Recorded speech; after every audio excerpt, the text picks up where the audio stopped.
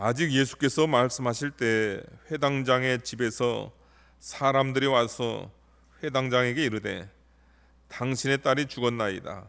어찌하여 선생을 더 괴롭게 하나이까? 우리가 지난 시간 말씀 살펴본 대로요, 회당장 야이로, 회당장은 유대인들, 우리가 지금 예배드리는 게 예배당이잖아요. 유대인들 같은 것을 회당이라고 했습니다. 그 회당을 이렇게 관리하고 예배를 주관하는 그런 사람인데요, 그 야이로라는 사람이 자기 12살 된 딸이 죽을 병에 걸렸습니다.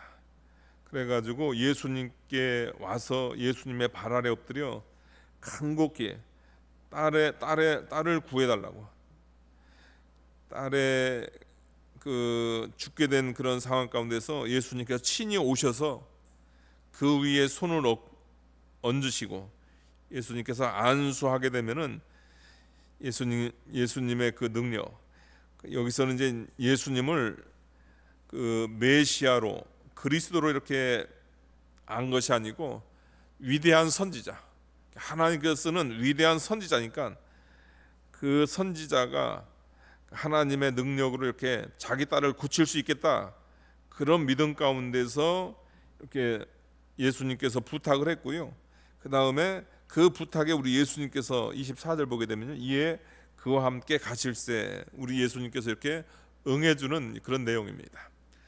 우리가 그 서론에서 우리가 좀 하나 살펴봐야 될 내용은 뭐냐면요, 회당장 야이로의 믿음은 그 작은 믿음이다, 이것을 이야기하고 있습니다.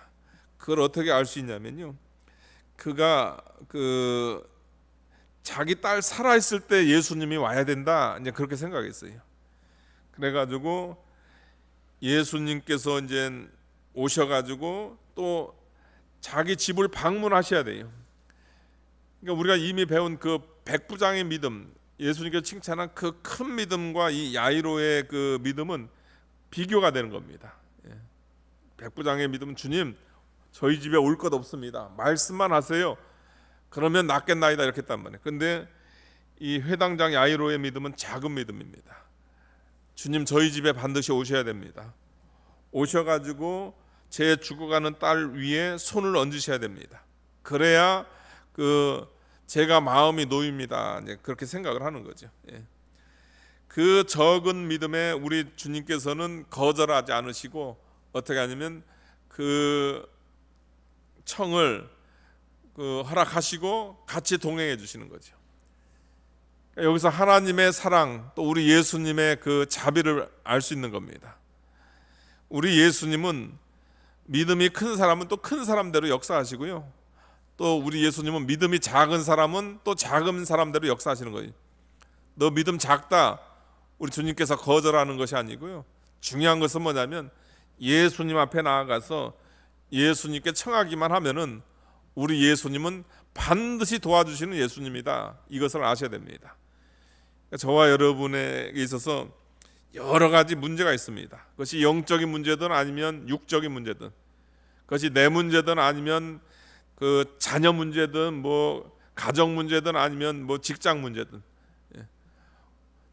인간의 힘으로는 도저히 안 되는 그런 상황에 놓였을 때 예수님 의지해서, 하나님 의지해서, 하나님, 저 적은 믿음이지만 그러나 하나님 도와주십시오 하게 되면 우리 하나님은 반드시 도와주시고 또 우리 하나님은 반드시 역사하시는 그런 하나님이시다, 그런 소망 가운데서 내 믿음 적다고 그냥 포기하는 것이 아니고 그 적은 믿음 가지고 나아가서 예수님께 구하기만 하면 되는 거죠.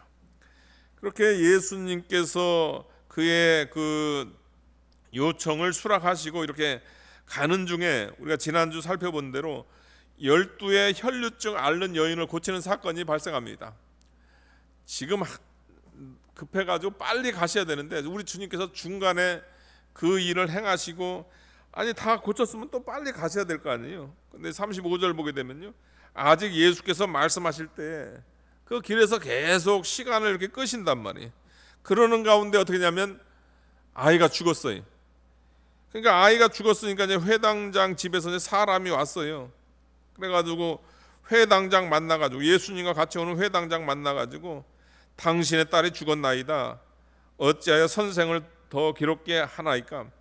예수님 오실 필요가 없다는 거죠. 이미 딸 죽었는데 장례나 잘 치릅시다, 이렇게 이야기를 하는 거예요. 그 이야기를 듣고 예수님하고 같이 가니까요, 예수님께서 그 하는 말을 곁에서 듣고 회당장에게 이르시되 두려워하지 말고 믿기만 하라, 이렇게 얘기해요. 예수님께서 두려워하지 말라 이렇게 하신 이유가 뭐냐면요, 회당장 같은 경우에는 예수님께서 가셔야 되고, 자기 딸이 죽기 전에 예수님께서 가셔야 되고, 그 다음에 죽기 전에 살리셔야 된단 말이에요. 그런 믿음으로, 그런 마음으로 그 예수님과 동행을 했는데 딸이 이미 죽었단 말이에요. 그냥 그의 그 믿음은 이제 끝난 거죠. 거기에 대해서 이제 주님께서 이제 두려워하지 말라 이렇게 이야기를 하고 있는 겁니다. 그리스도께서는 그가 두려움이나 믿음의 부족 때문에 하나님의 은혜의 진로를 방해하는 것을 지금 금하고 있습니다. 하나님의 은혜가 나가는 데 있어서는요, 여러분, 죽음이 장벽이 되지가 않습니다. 그러니까 우리 주님께서 두려워하지 말고 믿기만 하라. 사람은 죽으면 끝이에요, 여러분들. 죽으면 그 죽음이 장벽입니다. 그런데 하나님은 달라요, 여러분들. 예수님은 달라요. 제2성자 예수님은 다르다는 거예요. 하나님께서, 우리 예수님께서 가셔서 은혜를 베푸시길 원하고, 하나님께서 그 12살 된 야이로의 딸을 하나님께서 살리시길 원하면은 그 은혜는 죽음의 장벽을 넘어서 역사를 하는 거예요. 이런 신앙, 또 이런 말씀 때문에 우리가 예수님 믿는 겁니다. 눈도 많이 오고 날도 춥고 11시 예배 시간 맞춰가지고 멀리 영광읍에서도 오고 또 이렇게 오는 거, 이게 보통 일이 아니에요. 하여튼 예배 참석하는 사람은 여러분들 거의 다 구원받은 사람이라고 생각하면 돼요. 이게 교회 오는 게 이게 보통 일이 아닙니다. 이게 참. 우리 주님께서 믿기만 하라. 죽음은 하나님의 은혜의 진로를 막는 장벽이 될 수 없다. 계속 이야기를 하고 있는 거죠. 하여튼 우리의 신앙도 마찬가지입니다. 인간적으로 불가능한 거, 죽음까지도 하나님께서 역사하는 데는 그거는 아무 문제가 안 돼요. 그러니까 이게 신앙생활 할 맛 나는 거예요. 한계가 있고 장벽이 있고 안 된다고 하면은 그 신앙생활 할 의미가 없잖아요. 그런데 우리가 섬기는 하나님, 우리가 의지하는 예수님은 죽음의 장벽을 넘어서 역사하는 예수님이다. 그러니까 두려워하지 말라, 이렇게 얘기하는 거예요. 두려워하지 말라, 이것은 그 당시 회당장에게만 이야기하는 것이 아니고 이 시간 저와 여러분에게 이야기를 하는 겁니다. 두려워하지 말라. 두려워하지 말고 우리가 해야 될 게 뭐냐면 믿기만 하라. 야이로가 그리스도를 받아들이기만 하면 어떻게 돼요? 그분 자신의 능력에 있어서 부족할 것이 없다는 거예요. 내가 믿기만 하면은, 그리스도를 내가 받아들이기만 하면, 내가 시작을 뭘로, 예수님이 같이 가면은 좋겠다 이거 아니에요, 여러분들. 그런데 지금 상황이 바뀌었어요. 딸을 살아있을 때는 그 믿음이 있었단 말이에요. 근데 딸 죽으니까 이제 그 믿음을 이제 포기하는 거예요. 죽음의 장벽에서 포기를 하려고 한단 말이에요. 근데 하나님 앞에서나 예수님 앞에서는 그렇게 하지 말라는 겁니다. 믿기만 하라. 그 믿음을 계속 유지를 하라는 거죠. 그 유지를 하게 되면 우리 주님께서 역사를 하신다는 거죠. 그러니까 그 믿음을 포기하려고는 그 야이로를 향해서 주님께서 이렇게 도와주시고 격려를 해주시는 거죠. 왜 그러냐면 믿음을 가지고 끝까지 예수님 모시고 자기 집에 가야 되거든요. 끝까지 가야 됩니다. 그래야 주님께서 역사를 하시는 거예요. 딱 이런 상황 보고 주님 됐어요. 죽었는데 안 가도 돼요. 그러면 역사가 아니라는 거예요. 우리 신앙인들도 마찬가지. 중간에 포기하는 사람 많잖아요. 뭐 좀 하다가 안 되면은 주님 됐어요. 이제 기도 안 할래요. 그러면 안 되는 거예요, 여러분들. 주님은 상황, 장벽, 무슨 뭐 난관 이게 문제가 안 돼요. 우리는 그게 문제가 돼요. 그런데 우리 주님은 그게 문제가 안 돼요. 우리가 모시고 가는 분은 예수님이잖아요. 하나님이죠. 하나님 모시고 가서 그 문제를 해결하려고 하는데 두려워하지 말고 믿기만 하라. 내가 끝까지 그 믿음을 포기만 하지 않는다면 하나님의 살아계심을 너는 경험하게 될 것이다. 이렇게 이야기를 하고 있는 거죠. 그래가지고 주님께서 세 명의 제자 데리고 베드로와 야고보의 형제 요한을 데리고 이제 그 집에 갑니다. 그 집에 가니까 뭐 장례식이에요. 장례식장 돼버렸어요. 38절 보니까요. 회당장 집에 함께 가사 떠드는 것과 사람들이 울며 심히 통곡함을 보시고 유가족들은 울고 또 장례 분위기를 돋구기 위해서 통곡하는 사람, 애곡하는 사람 부르고 그 다음에 뭐 이제 장례 때문에 이게 시끌벅적하고 그런 상황이란 말이에요. 그런 상황 가운데 우리 예수님께서 이제 들어가십니다. 우리 예수님께서 들어가셔가지고 조의금 내고 조용히 나오는 게 아니고 뭐 어떻게 하셨어요? 39절 보니까요. 들어가서 그들에게 이르시되 너희가 어찌하여 떠들며 우느냐? 왜 이렇게 떠들고 왜 이렇게 우느냐?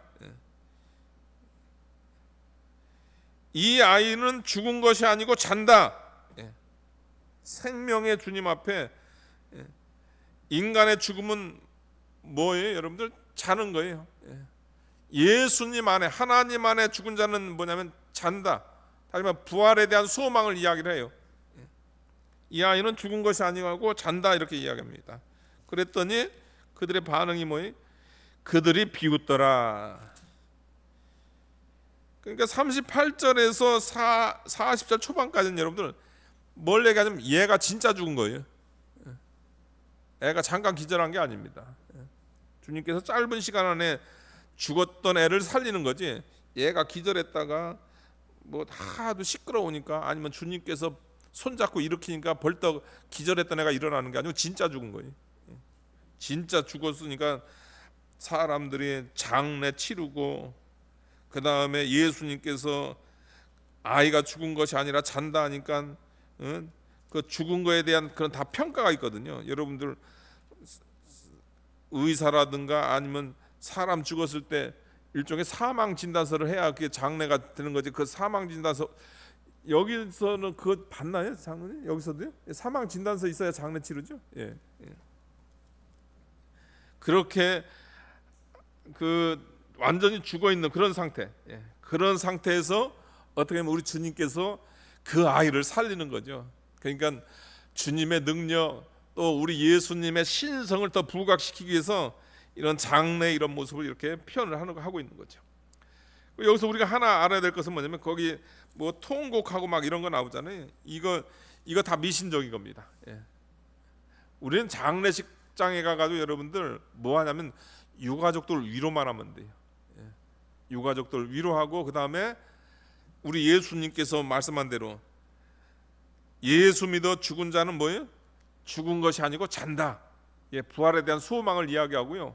그 다음에 그 예수 믿지 않는 그 사람들에게는 예수 믿게 하고 장례를 전도의 기회로 만들고 그것만 하면 되는 겁니다. 그 미신적인 거 하면은 그거 다 하나님 앞에 죄 짓는 거예요.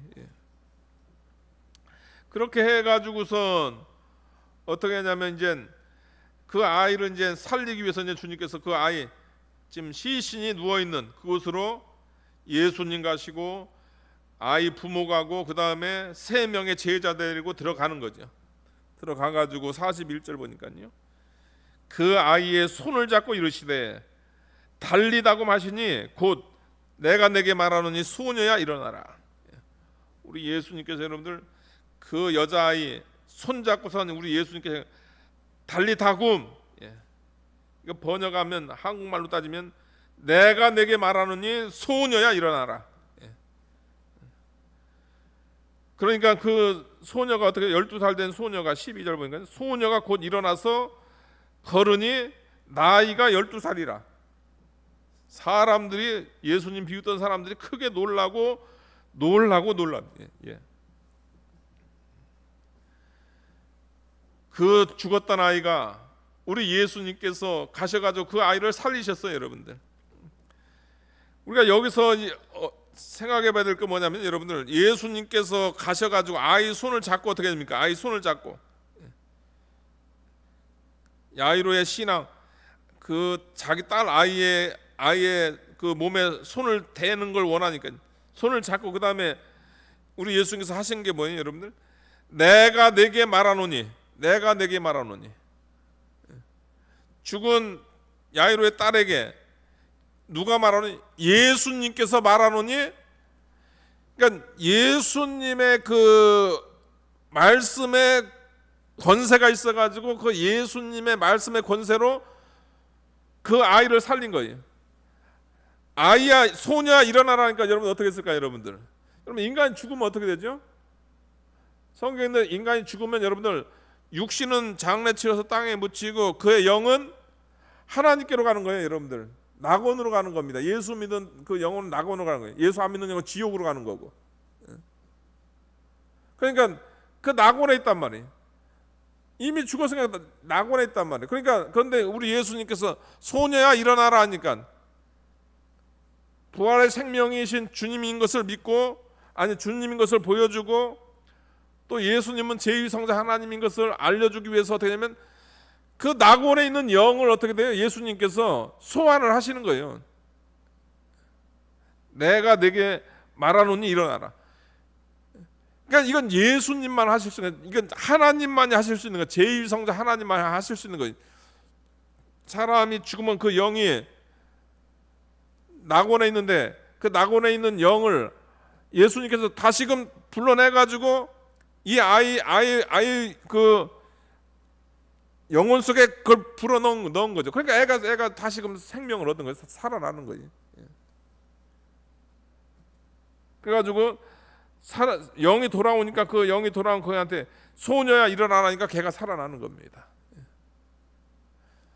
그러니까 이거는 누구만 할 수 있냐면 예수님만 할 수 있다. 예수 그리스도. 그분의 그 말씀에는 하나님의 그 권세가 있어가지고, 하나님의 권세라는 것은 목회자들도 하나님의 권세로 이렇게 하지만 그 권세, 그거는 대연을 하는 거고, 예수님은 그분이 진짜 하나님이세요. 성자 하나님이란 말이에요. 그 성자 하나님의 생명으로 그 사람을 살린 거예요. 그러니까 이 소녀를 살린 것은 예수 그리스도의 그 말씀의 권위인데, 그것은 뭐냐면 하나님의 제2성자 하나님의 그 생명으로 그 소녀를 살리는 거죠. 그 권세로 살리는 거죠. 이건 아무나 못 살리는 거예요. 예수님만 살리는 거예요. 예수님께서 나사로야 나와라. 내가 내게 이르노니 나사로야 나와라 해야 그게 나오는 거예요, 여러분들. 소녀야 일어나라 해야 예수님이 일어나라 해야 일어나는 거예요. 여기는 저와 여러분은 우리도 다 죽을 겁니다. 죽어가지고 이제 목회자가 와가지고 장례 치러줄 거예요. 잔다. 부활에 대한 소망을 줄 겁니다. 유가족들에게 걱정하지 마세요. 예수님 믿어가지고 이제 그의 영혼은 지금 낙원에 갔습니다. 그래서 이제 잡니다. 이렇게 한단 말이에요. 그 다음에 이제 언제 우리가 일어나요, 여러분들? 이건 뭐 이 세상 달라붙어 가지고 뭐 의학 뭐 해가지고 해도 못 일어나요. 언제 일어나냐면 예수님께서 그분께서 재림하셔가지고 저와 여러분들 각자의 이름을 부릅니다. 각자의 이름을 불러. 소녀야 일어나라. 나사로야 일어나라. 재영아 일어나라. 각자 이름을 부를 때 그분의 그 영적 권세로 인해 가지고 뭐냐면 그 권세를 통해서 살리는, 바로 그 부활의 그 생명이 주님께 있다. 그것을 보여주는 거예요, 여러분들. 그리고 이 달리 다굼하게 되면 소녀야 일어나라. 이것은 뭐냐면 여러분들 이것은 그 일상적인 언어예요. 일상적인 언어. 예. 우리 희건이가 이렇게 자잖아요. 그러면 얘네들 학교 보내고 유치원 보내려면은 아침에 어떻게 돼요? 희강아 일어나라. 희강아 일어나라. 예. 그렇게 해야 돼요. 이게 그겁니다, 여러분들. 예. 유대 지역 그 부모들이 아침에 자기 자녀를 깨우는 거예요. 저는 이 달리다굼 소녀야 일어나라 이 이야기를 들을 때마다 얼마나 참 이거 참 위대하다. 우리 주님에게 있어서 인간에게 있어서는 죽음이라는 것은 그 장벽이에요. 예. 다 무너지는 게 죽음입니다. 거기서 다 인간은 다 포기해요. 의사도 포기하고 과학자도 포기하고 그 다음에 아이에 대한 사랑이 가장 많은 부모도 포기해요.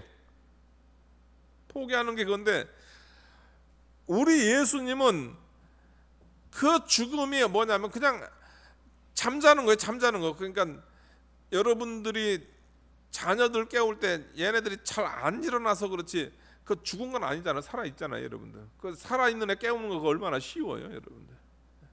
그러니까 우리 예수님께는 바로 그거예요, 여러분들. 인간의 죽음 가운데서 그를 다시금 일깨우는 거, 그를 다시금 살리는 거는 여러분들이 자는 애 아침에 깨우는 거하고 똑같다는 거예요. 그게 바로 우리 예수님이다. 그게 바로 우리 능력의 주님이다. 이제 그것을 이야기하는 거죠. 오늘 이 시간 여러분들 다른 거 말고 딱 하나 부활 신앙. 예. 나도 언젠간 죽을 건데 내가 죽었을 때 내 영혼은 저 영원한 천국에 있다가 근데 우리 주님께서 너는 잠자는 거야. 왜 잠자는 거 얘기하는가? 왜냐하면 하나님은 부활의 생명으로 아니면 부활의 그 심판으로 반드시 인간을 부르는 거예요. 하나는 부활의 영생으로 하나는 부활의 심판으로 우리 하나님께서 부르신다는 거죠. 예수님의 그 말씀에 권세가 있어가지고 그 예수님께서 마침내 나도 우리 예수님께서 내 이름 불러주셔가지고 나를 살리시는 그런 능력의 주님이시다. 예수님 안에 생명이 있다. 예수님 아니고는 안 된다. 우리가 그것을 이 시간 깨닫게 되는 겁니다. 사람들은 지금 예수님을 그 야이로의 아버지부터 야이로부터 시작해가지고요 예수님을 선지자 정도 이렇게 알고 있단 말이에요. 그런데 이 사건을 통해서 우리 예수님은 죽음도 잠자는 것 같이 일으키시는 그런 생명의 주님, 부활의 주님, 그리스도 메시아시다, 제2성자 하나님이시다. 그것을 이 말씀을 통해서 우리에게 가르쳐주고 있습니다. 이 신앙이 저와 여러분의 신앙이 되어야 되겠습니다. 사람들이 놀라는 거예요, 여러분들. 죽은 사람을 아침에 애 깨우시듯이 깨워버리니까요. 12절 보니까 곧 소녀가 42절이면 소녀가 곧 일어나서 걸으니 나이가 12살이라 사람들이 곧 크게 놀라거늘. 이 가정은 이제 예수님을 어떤 분으로 알고서 이제 섬기냐면 이제 그리스도를 알고 섬기는 거죠. 그래야 거기에 구원이 있고 거기에 부활의 생명이 있는 거죠. 43절입니다. 예수께서 이 일을 아무도 알지 못하게 하려고 그들을 많이 경계하시고, 여러분들 이거 경계한다고 이게 경계가 되나요? 죽은 애가 살아났는데 이게 경계가 되냐? 그런데 예수님께서 경계하세요. 그래서 너희들 잠잠해. 이거 소문 내지 말고 잠잠하라고 하는 거지. 우리 예수님께서 왜 그렇게 말씀하시는가? 그것은 뭐냐면요, 좀 시끄러워가지고 이 기적의 본질을 잊어버리지 말라는 겁니다. 좀 잠잠해가지고 어떻게 죽은 애가 예수님이라는 분이 오셔가지고 애 손잡고 아침에 애 깨우듯이 달리다고 했더니 그 애가 일어나냔 말이에요. 도대체 그분은 누구냔 말이에요. 예수님은 도대체 누구냐? 그거를 어떻게 여러분들 그걸 좀 고민해라. 그걸 좀 생각해라. 아니. 그걸 통해서 예수님을 비록 사람의 몸을 입고 그 외모는 볼품 없지만은 도대체 아이를 살리는 그 말씀의 권세가 하나님 신적 권세가 있는 그분은 도대체 누군가 고민하라는 거죠. 이 시간에 저와 여러분에도 마찬가지입니다. 야이로의 딸을 살리신 그 예수님, 어떻게 이게 가능한가? 여러분들, 이게 무슨 지어낸 얘기가 아니고 이게 실제 있었던 얘기를 지금 저와 여러분에게 영적으로 도움을 주기 위해서 이 이야기를 하신 거거든요. 그럼 오늘 이 말씀 가져가서 고민 좀 해보라는 거예요. 예수께서 이 일을 아무도 알지 못하게 하고 그들에게 많이 경계해 가서 고민하는 거예요. 이게 도대체 뭐냐? 어떻게 죽은 애가 살아나냔 말이에요. 어떻게 죽은 애가 살아나? 예수님께서 한마디 했다고 꼭 자다가 깨는 같이 그런 일이 발생하냔 말이에요. 곰곰이 생각하면서 나도 이 예수님으로 나의 생명의 주인 삼아가지고 죽음에 매여 종노릇하는 그런 인생이 아니고, 사람은 여러분들 죽인다면 못할 것이 없어요. 죽기 싫어가지고 제가 가끔씩 그런 그 유대인 그 수용소 그런 거 보게 되면, 야, 죽음에 거기 하게 되면 민족도 배반하고 인간에도 배반하고 저렇게 인간이 비참해지는구나. 그게 뭐게 되면 죽음의 그 겁에 매여가지고 인간이 하지 말아야 될 짓을 하는 거예요. 그런데 우리가 예수님을 통해서 죽음을 넘어가는 부활의 생명 소유해가지고 이 땅 사는 동안에 참 인간답게 좀 살고, 그 다음에 죽어서 저 낙원에서 잠시 있다가 우리 예수님 재림하실 때, 주님께서 내 이름 부를 때 부활의 생명으로 다시금 살아나서 영생 복락 누리는 우리가 되어야 되겠습니다. 그러면서 이제 예수님께서 소녀에게 먹을 것을 주라, 이 말씀을 통해서 우리에게 주시는 것, 사람 살리는 건 누가 살려요? 여러분들, 예수님이 살립니다. 사람 살리는 건 예수님이 살리고, 예수님이 살린 사람 먹이는 건 누가 한다고요? 그 옆에 부모도 하고 아니면 옆에 그 사람들이 도와주는 거예요. 영적인 세계도 마찬가지입니다.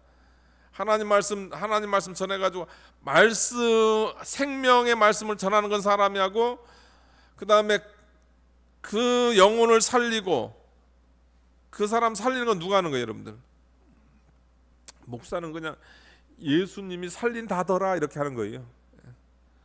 살리는 분은 누가냐면 예수님이 살리는 겁니다. 하나님이 살리는 거고 성령님이 살리는 거거든요. 말씀이 살리는 거고, 살린 다음에 살아나면은 이제 교회 오면 교회 온 다음에 그 몫은 또 누가 하는 거예요? 담임 목사가 그 몫을 하는 거고, 장로님이 그 몫을 하는 거, 직분자들이 그 목숨을 하는 거예요. 그러니까 예수님이 살린다더라 증거하는 거는 이제 우리 몫이에요. 여러분들, 이제 봄 되면 또 이제 가가지고 예수님이 살린다더라 이렇게 우리는 그것만 하면 돼요. 예수 믿으면 산다더라 이제 그거. 그랬더니 그거 믿고선 또 교회에 온 사람이 있단 말이에요. 그러면 예수님이 살려요. 그 영혼을 살린단 말이에요. 그분의 그 음성, 그분의 권세로 살리는 거예요. 그러니까 살린다면 어떻게 될까? 우리가 해야 되는 건 또 먹이는 거예요. 먹여야 돼요. 살리는 건 예수님이 살리고, 생명은 예수님께서 살리는 거고, 우리는 가서 이제 뭐 주일날도 케어하고, 그 다음에 평소에도 연약한 자 있으면 먹이고 하는 거, 그 사명 감당하라 이렇게 이야기하고 있습니다. 오늘 이 야이로의 딸을 살리신 이 달리다굼, 이 말씀을 통해서 우리 주님은 부활의 생명의 그 권세를 가지신 그분의 그 말에 생명의 권세가 있다. 그것을 믿고 그 부활의 생명에 나도 동참하는 그런 우리가 되시길 진심으로 축원하겠습니다. 기도하시겠습니다. 거룩하신 하나님 아버지, 감사합니다.